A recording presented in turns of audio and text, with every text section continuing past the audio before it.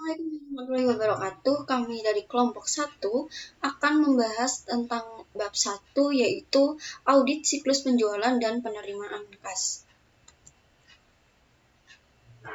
Nah, untuk anggota kelompok kami, yang pertama ada Nur Alfiah dengan NIM belakang 72114190063, yang kedua Miftahul Babiliasari dengan NIM 721141941, dan Sherly Masanda dengan NIM 721141951, dan saya sendiri Rizky Alfiatur Rahman dengan NIM 72114191164. Nah, pada bab ini ada beberapa pokok pembahasan yang akan dibahas. Di antaranya akun dan kelas transaksi penjualan dan penagihan, fungsi bisnis dalam siklus dan dokumen serta catatannya, metodologi pengujian pengendalian dan pengujian substantif transaksi penjualan, retur dan pengurangan penjualan, metodologi pengujian pengendalian dan pengujian substantif transaksi penerimaan kas, pengujian audit untuk menghapus piutang tak tertagih, pengendalian internal tambahan atas saldo akun dan penyajian serta pengungkapan, dan yang terakhir ada pengaruh hasil pengujian atas transaksi. Dan untuk materi selanjutnya, materi pertama akan dijelaskan oleh teman saya Nur Alfiah. Materi yang pertama yaitu akun dan kelas transaksi dalam siklus penjualan serta penagihan. Tujuan keseluruhan audit siklus penjualan dan penagihan adalah mengevaluasi apakah saldo akun yang dipengaruhi oleh siklus tersebut telah disajikan secara wajar sesuai dengan standar akuntansi yang berlaku. Transaksi siklus penjualan dan penagihan. Terdapat 5 kelas transaksi dalam siklus penjualan dan penagihan, yaitu yang pertama, penjualan, yang kedua, penerimaan kas, yang ketiga, retur dan pengurangan penjualan, yang keempat, penghapusan piutang tak tertagih, dan yang terakhir, estimasi beban piutang tak tertagih. Fungsi-fungsi bisnis dalam siklus dan dokumen, serta catatan terkait. Siklus penjualan dan penagihan melibatkan keputusan dengan proses yang diperlukan untuk mengalihkan kepemilikan barang dan jasa kepada pelanggan setelah keduanya tersedia untuk dijual. Hal ini diawali dengan permintaan oleh seorang pelanggan dan diakhiri dengan konversi barang dan jasa menjadi piutang usaha dan yang akhirnya menjadi kas. Sebelum dapat menilai risiko pengendalian dan merancang pengujian pengendalian serta pengujian substantif atas transaksi, auditor harus memahami fungsi bisnis dan dokumen serta catatan suatu perusahaan. Terdapat 8 fungsi bisnis untuk siklus penjualan dan penagihan. Yang pertama yaitu pemrosesan pesanan pelanggan. Pesanan pelanggan adalah permintaan barang dagang yang diajukan oleh seorang pelanggan. Pesanan pelanggan yang akan mengawali siklus secara keseluruhan. Pesanan tersebut biasanya diterima melalui telepon, formulir yang dikirim ke pelanggan, melalui tenaga penjualan, melalui elektronik, dan melalui internet. Selanjutnya, pemberian kredit. Sebelum barang tersebut dikirimkan kepada pelanggan, orang yang berwenang harus menyetujui kredit bagi pelanggan yang akan melakukan penjualan secara kredit. Yang ketiga, pengiriman barang. Dokumen pengiriman dibuat pada waktu pengiriman berdasarkan informasi pesanan penjualan yang dilakukan oleh komputer secara otomatis. Dokumen pengiriman ini sangat penting karena untuk menagih jumlah yang sesuai dengan yang dikirim ke pelanggan. Salah satu jenis dokumen pengiriman adalah Bill of Lading, yaitu kontrak tertulis mengenai penerimaan dan pengiriman barang antara pembawa dan penjual. Yang keempat yaitu penagihan pelanggan dan pencatatan penjualan. Aspek yang paling penting dari penagihan adalah 1. Semua pengiriman telah ditagih. 2. Tidak ada pengiriman yang ditagih lebih dari 1 kali. 3. Setiap pengiriman ditagih dalam jumlah yang tepat. Selanjutnya, pemrosesan dan pencatatan penerimaan kas. Pemrosesan dan pencatatan penerimaan kas meliputi penerimaan, penyetoran, dan pencatatan kas yang mencakup uang tunai, cek, dan transfer dana elektronik. Semua penerimaan kas harus disetorkan atau didepositkan ke bank dengan jumlah yang benar secara tepat waktu dan dicatat dalam file penerimaan kas. Selanjutnya, file ini digunakan untuk membuat jurnal penerimaan kas dan memperbarui file induk piutang usaha dan buku besar umum. 6. Pemrosesan dan pencatatan retur dan pengurangan penjualan. Jika pelanggan tidak puas terhadap barang yang dibelinya, seringkali penjual menerima retur barang atau memberikan pengurangan harga selanjutnya, dicatat dalam file transaksi penjualan dan pengurangan serta file induk piutang usaha. 7. Penghapusan piutang usaha tak tertagih. Formulir otorisasi piutang tak tertagih yaitu dokumen yang digunakan dalam lingkungan internal untuk menunjukkan otoritas menghapus suatu piutang usaha sebagai tak tertagih. 8. Penyediaan piutang tak tertagih. Karena perusahaan diperkirakan tidak dapat menagih 100% dari penjualannya, prinsip-prinsip akuntansi mengharuskan perusahaan untuk mencatat beban piutang yang tak tertagih sebesar jumlah yang diperkirakan tidak dapat ditagih. Ya, perkenalkan nama saya Miftahul Babilyasari, urut NIM 141. Selanjutnya, saya akan membahas tentang metodologi untuk merancang pengujian, pengendalian, dan pengujian substantif atas transaksi penjualan. Nah, pada subbab kali ini, kita akan membahas tentang saldo akun, kelas transaksi, fungsi bisnis, dan dokumen, serta catatan yang terkait dengan siklus penjualan dan penagihan. Nah, berikut yaitu gambar yang mengilustrasikan metodologi untuk memahami pengendalian eksternal dan merancang pengujian pengendalian serta pengujian substansif atas transaksi penjualan. Yang pertama itu ada memahami pengendalian internal penjual. Yang kedua, menilai risiko pengendalian yang direncanakan penjualan, dan selanjutnya ada menentukan luas pengujian pengendalian. Yang berikutnya ada merancang pengujian pengendalian dan pengujian substantif atas transaksi penjualan agar memenuhi tujuan audit yang berkaitan dengan transaksi. Di sini dibagi menjadi 4, yaitu pertama prosedur audit, ukuran sampel, item-item yang dipilih, dan penetapan waktu. Nah, selanjutnya yaitu menilai risiko pengendalian yang direncanakan penjualan. Yang pertama yaitu ada auditor memerlukan kerangka kerja untuk menilai risiko pengendalian. Nah, kerangka yang diperlukan disediakan dari 6 tujuan audit yang berkaitan dengan transaksi, yaitu pertama ada keterjadian, kedua ada kelengkapan, ketiga ada keakuratan, keempat ada posting dan pengikhtisaran, yang kelima ada klasifikasi, dan yang keenam ada penetapan waktu. Yang kedua, yaitu auditor harus mengidentifikasi pengendalian internal kunci dan kelemahannya bagi penjualan. Nah, pengidentifikasian internal pada setiap audit adalah yaitu berbeda karena setiap klien memiliki pengendalian internal yang berbeda-beda. Nah, yang ketiga yaitu setelah mengidentifikasi pengendalian dan kelemahannya, auditor lalu mengaitkan dengan tujuannya. Nah, langkah ini biasa dilakukan dengan membuat matriks risiko pada pengendalian klien. Nah, yang terakhir, yang keempat, yaitu auditor menilai risiko pengendalian untuk setiap tujuan dengan mengevaluasi pengendalian dan kelemahannya bagi setiap tujuan.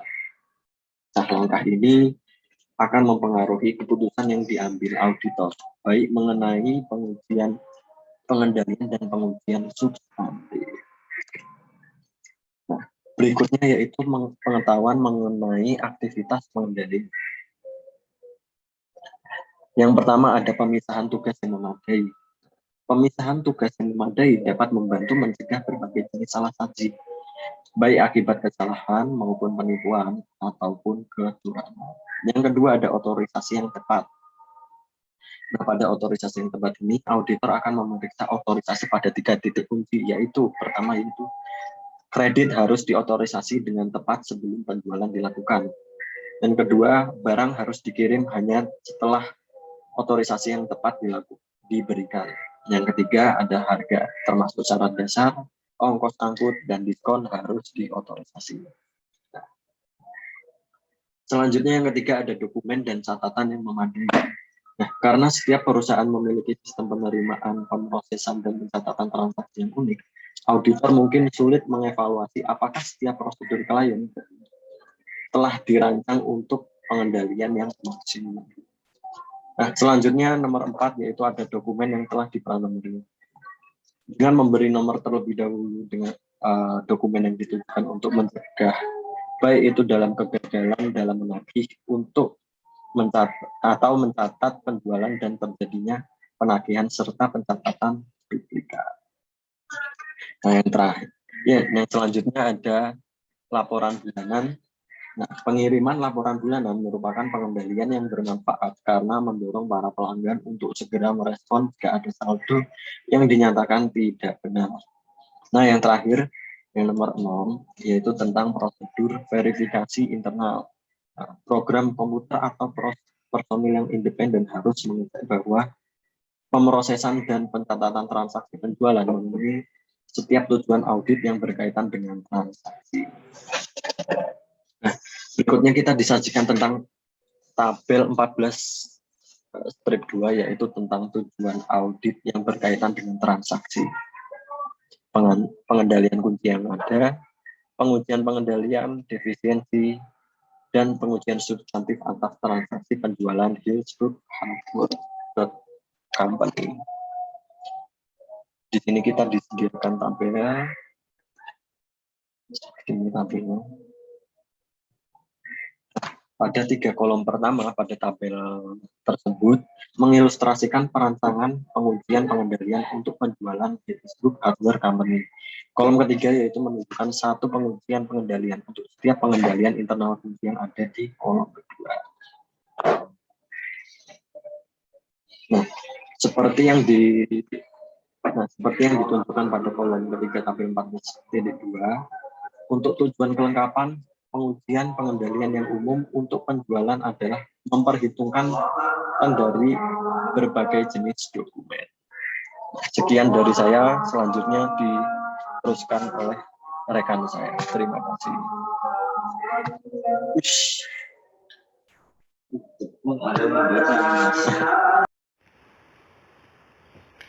Baiklah, saya akan melanjutkan penjelasan dari teman saya. Di sini kita akan membahas mengenai merancang pengujian substantif atas transaksi. Dalam memutuskan pengujian substantif atas transaksi, auditor menggunakan beberapa prosedur yang relatif sulit karena hal ini sangat bergantung pada situasi dari perusahaan klien. Berikut ini adalah prosedur yang hanya dilakukan oleh auditor dalam situasi khusus, seperti jika terjadi kelemahan dalam pengendalian internal. Yang pertama adalah pencatatan atas penjualan yang terjadi. Dalam hal ini, auditor memperhatikan beberapa jenis salah saji yang mungkin terjadi, yang bisa disebabkan oleh kesalahan atau kecurangan, yakni penjualan yang dicatat tetapi pengiriman tidak pernah dilakukan. Untuk mengungkapnya, auditor dapat memvouching ayat jurnal tertentu dalam jurnal penjualan ke salinan pengiriman dan file pendukung yang lainnya. Ada pula penjualan yang dicatat berkali-kali atau penjualan duplikat, yang dapat ditemukan dengan cara mereview secara numerik suatu transaksi penjualan untuk melihat apakah ada nomor yang sama atau tidak.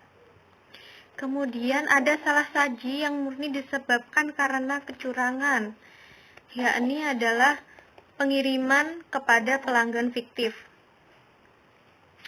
Umumnya hal ini bisa terjadi apabila pencatatan penjualan dan pengiriman dihandle oleh orang yang sama.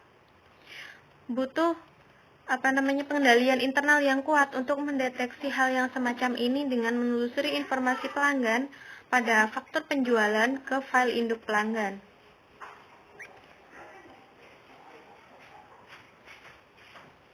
Alternatif yang dapat dilakukan untuk mengungkap ketiga jenis salah saji tersebut adalah dengan melakukan penelusuran kredit dan file induk piutang ke sumbernya. Standar audit nomor 240 menunjukkan bahwa auditor harus mengidentifikasi pengakuan pendapatan yang tidak layak sebagai risiko kecurangan. Namun, pengujian substantif hanya akan dilakukan jika auditor khawatir dengan kecurangan akibat dari pengendalian yang tidak memadai. Kemudian yang kedua, ada transaksi penjualan yang telah dicatat. Pada umumnya, lebih sering terjadi pengujian substantif atas transaksi dengan tujuan kelengkapan yang menyangkut dengan kurang saji aset dan laba daripada yang mengalami lebih saji. Pengujian substantif mungkin akan dilakukan apabila pengendalian internal lemah sehingga tidak dilakukan penelusuran internal atas dokumen pengiriman ke jurnal penjualan. Untuk menguji pengiriman yang belum ditagih, dapat dilakukan penelusuran file pengiriman ke salinan faktur penjualan dan jurnal penjualan yang terkait. Dalam penelusuran dokumen, auditor harus memahami perbedaan untuk transaksi yang dihilangkan atau tujuan kelengkapan dan transaksi yang tidak ada atau tujuan keterjadian. Arah pengujiannya apabila menelusuri menurut tujuan kelengkapan itu dari file pelanggan, kemudian ke file pengiriman, lanjut ke salinan faktur penjualan, lalu ke jurnal penjualan, hingga sampai ke file induk piutang. Namun apabila menelusuri dokumen dengan tujuan keterjadian, itu dimulai dari sebaliknya. Jurnal penjualan, ke salinan faktur penjualan, kemudian turun ke file pengiriman dan file pelanggan. Selanjutnya adalah penjualan dicatat dengan akurat. Pencatatan yang akurat itu memperhatikan beberapa hal. Yang pertama adalah mengirimkan jumlah barang yang dipesan, kemudian menagih barang yang dikirim dengan akurat, dan mencatat jumlah yang ditagih dalam catatan akuntansi dengan akurat. Untuk memastikan ketiga aspek tersebut telah terpenuhi, auditor melakukan pengujian substantif atas transaksi dengan cara menghitung kembali informasi dalam catatan akuntansi dan membandingkannya dengan dokumen yang berbeda. Yang selanjutnya adalah transaksi penjualan dimasukkan dengan benar ke file induk dan diikhtisarkan dengan benar. Pencantuman transaksi penjualan secara benar dalam file induk piutang mempengaruhi kemampuan klien dalam menagih piutang yang beredar. Jurnal penjualan harus dijumlahkan dan diposting dengan benar ke buku besar umum agar laporan keuangan juga tepat. Pada sebagian besar penugasan, auditor melakukan beberapa uji keakuratan klerikal untuk mengecek apakah ada kesalahan atau kecurangan ketika memproses transaksi penjualan. Pengujian posting dan pengikhtisaran berbeda dengan pengujian untuk tujuan audit yang berkaitan dengan transaksi lainnya, karena memasukkan jurnal footing, catatan file induk, dan buku besar, serta menelusuri dari salah satu ke yang lainnya di antara ketiga item yang tadi. Contohnya ketika auditor membandingkan jumlah yang tercantum pada salinan faktur penjualan dengan jurnal penjualan atau ayat jurnal file induk, ini merupakan prosedur tujuan audit keakuratan. Namun, ketika auditor menelusuri ayat jurnal dari jurnal penjualan ke file induk, ini merupakan prosedur posting dan pengikhtisaran. Selanjutnya yang kelima adalah penjualan yang dicatat diklasifikasikan dengan benar. Auditor harus memperhatikan apakah transaksi telah dibebankan ke akun buku besar umum yang benar. Dalam kasus penjualan tunai dan kredit, karyawan perusahaan tidak boleh mendapat piutang usaha untuk penjualan tunai atau mengkredit penjualan untuk penagihan piutang. Mereka juga tidak boleh mengklasifikasikan penjualan aset operasi sebagai penjualan. Auditor seringkali menguji klasifikasi penjualan yang tepat sebagai bagian dari pengujian keakuratan dengan cara memeriksa dokumen pendukung untuk menentukan klasifikasi yang tepat atas transaksi tertentu dan membandingkannya dengan akun aktual di mana hal tersebut akan dibebankan. Kemudian yang terakhir adalah penjualan dicatat pada tanggal yang benar. Penjualan harus sesegera mungkin ditagih dan dicatat setelah pengiriman dilakukan untuk mencegah hilangnya transaksi yang tidak disengaja dari catatan dan untuk memastikan bahwa penjualan telah dicatat pada periode yang tepat, sehingga kemungkinan salah saji bisa diminimalkan. Ketika auditor melakukan prosedur pengujian substantif atas transaksi untuk keakuratan, mereka seringkali membandingkan tanggal pada bill of lading tertentu atau dokumen pengiriman lain dengan tanggal pada salinan faktur penjualan yang terkait, jurnal penjualan, ataupun file induk piutang.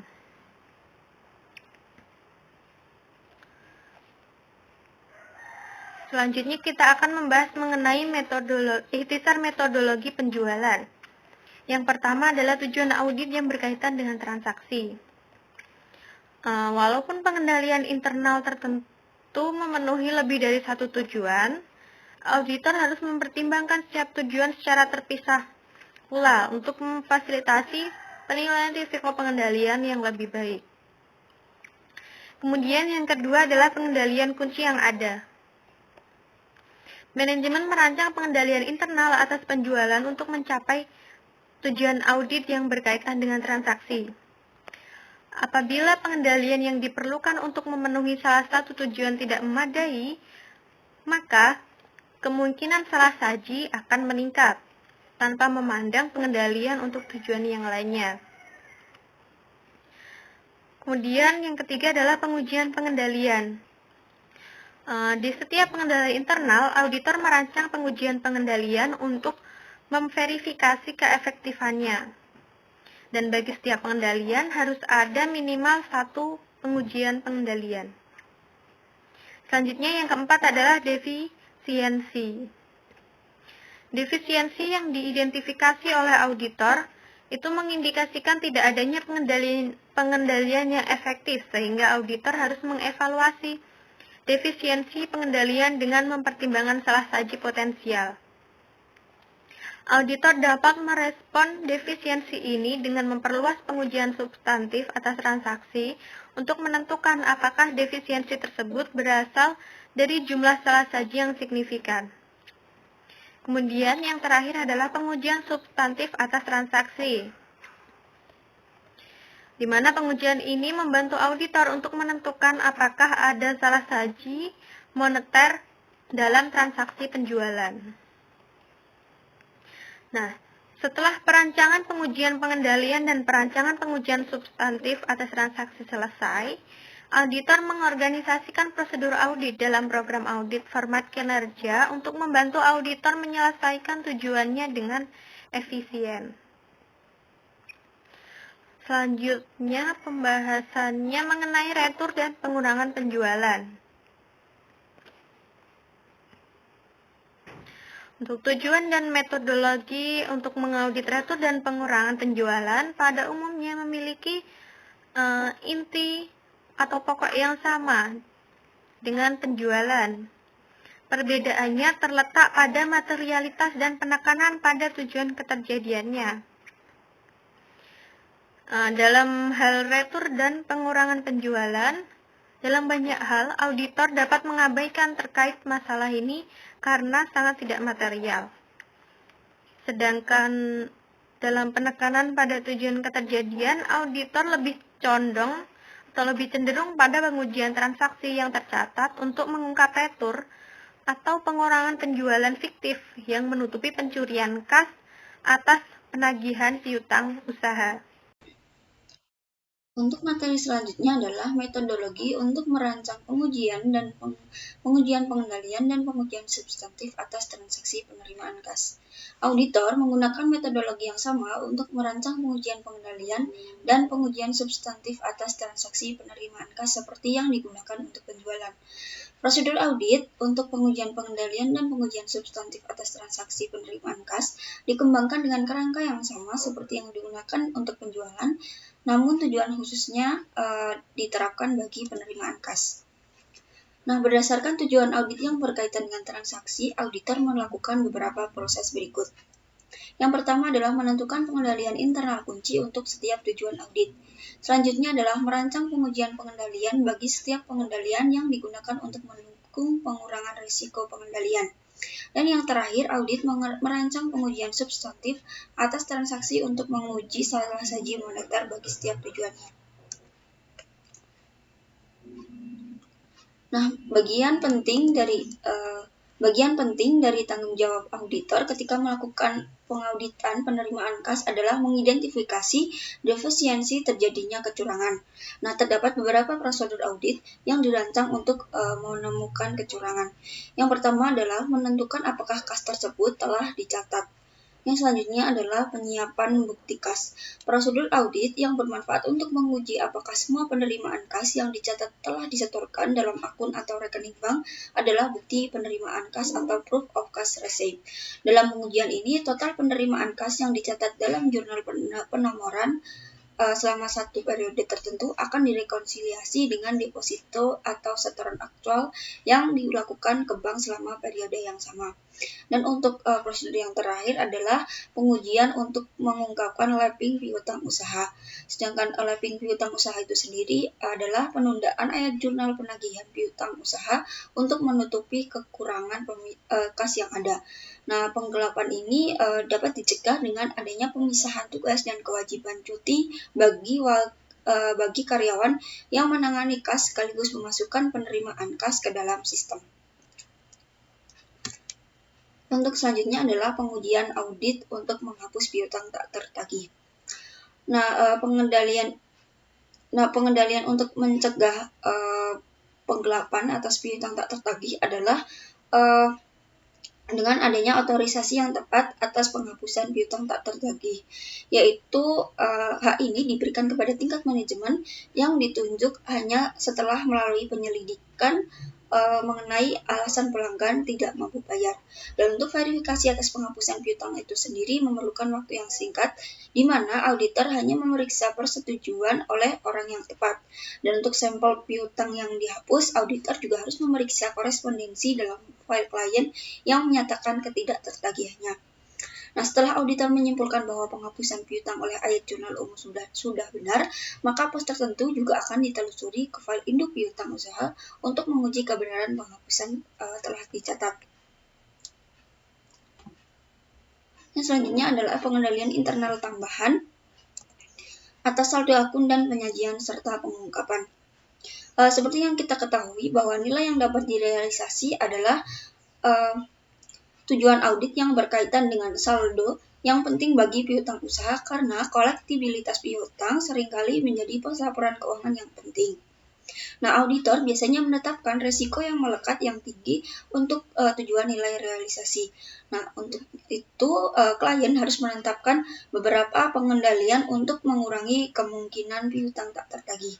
Dan pengendalian tersebut diantaranya penyusunan rata saldo umur piutang usaha periodik untuk review dan tindak lanjut oleh personil manajemen yang tepat. Untuk pengendalian yang kedua yaitu kebijakan menghapus piutang tak tertagih apabila sudah tidak mungkin lagi untuk ditagih. Nah, yang selanjutnya adalah pengaruh hasil pengujian pengendalian dan pengujian substantif atas transaksi. Bagian dari audit yang paling dipengaruhi oleh pengujian pengendalian dan pengujian substantif atas transaksi dalam siklus penjualan dan penerimaan kas adalah saldo piutang usaha, kas, beban piutang tak tertagih, dan penyisihan untuk piutang tak tertagih. Dan apabila ditemukan hasil yang tidak memuaskan, auditor harus melakukan pengujian substantif tambahan atas penjualan, retur dan pengurangan penjualan, penghapusan piutang tak tertagih serta pemrosesan penerimaan kas. Pengaruh yang paling signifikan dari hasil pengujian pengendalian dan pengujian substantif atas transaksi dalam siklus penjualan dan penerimaan kas adalah terhadap konfirmasi piutang usaha. Dan berikut adalah ringkasan akun utama dan jenis pengujian siklus penjualan dan penerimaan kas, di mana terdapat akun penjualan, piutang usaha, dan juga kas di bank. Dan juga ada beberapa jenis pengujian yang digunakan untuk mencari bukti yang tepat dan juga mencukupi. Oke, sekian dari kelompok kami. Mohon maaf apabila banyak kesalahan, dan apabila ada pertanyaan bisa langsung ditanyakan di Google Classroom.